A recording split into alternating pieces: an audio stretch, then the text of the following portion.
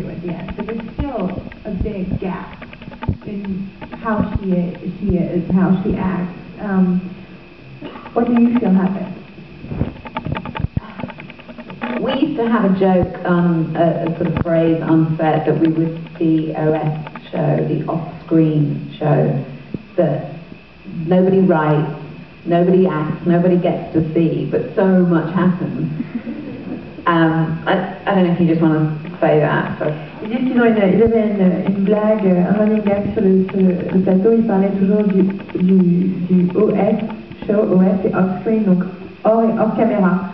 Donc toute cette série que personne n'écrit, dans laquelle personne ne joue, que personne ne voit, mais il s'y passe tellement de choses. L'histoire hors champ. L'histoire hors champ, c'est ce que je dis.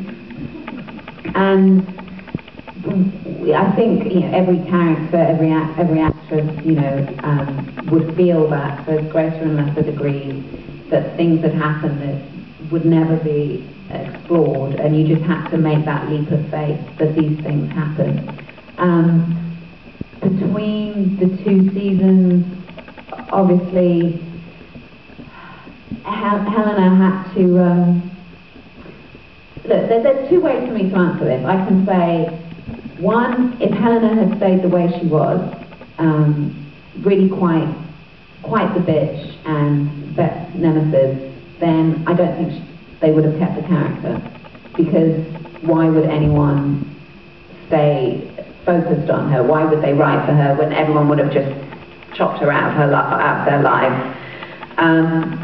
There were other decisions, like at one point I was going to become Bet's boss, and that got shelved by someone, I don't know why, someone didn't like that idea, but they obviously wanted to keep the character, so there had to be a change, otherwise why would we be interested?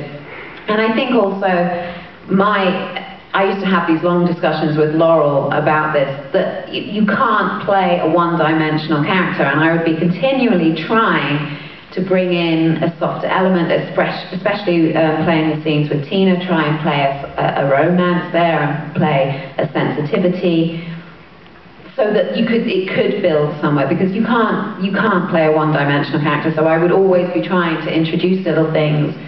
How much of that actually made the screen, I don't know, or was recognizable by the fans, I don't know. Whether anything happened, whether she just realized that she wanted to stay in LA. See, so that's what I'm saying. There's two ways of answering that question. There's the writer's logistical viewpoint. We want this character to stay in. How are we going to make her stay in the show? And for people to empathize with her. And then on the other hand, there's the actor that has to look at it as, how do I just make this work in my mind? How do I sort out her path, her journey to get from A to B? So as the actor, I was thinking she wanted to stay in LA, she likes this life, she likes this environment, and she learns a lot by being with Bet and in their world, Bet and Tina, and then she falls in love. She meets Dylan and she actually falls in love, so that totally softens her, that changes her, as it does everyone.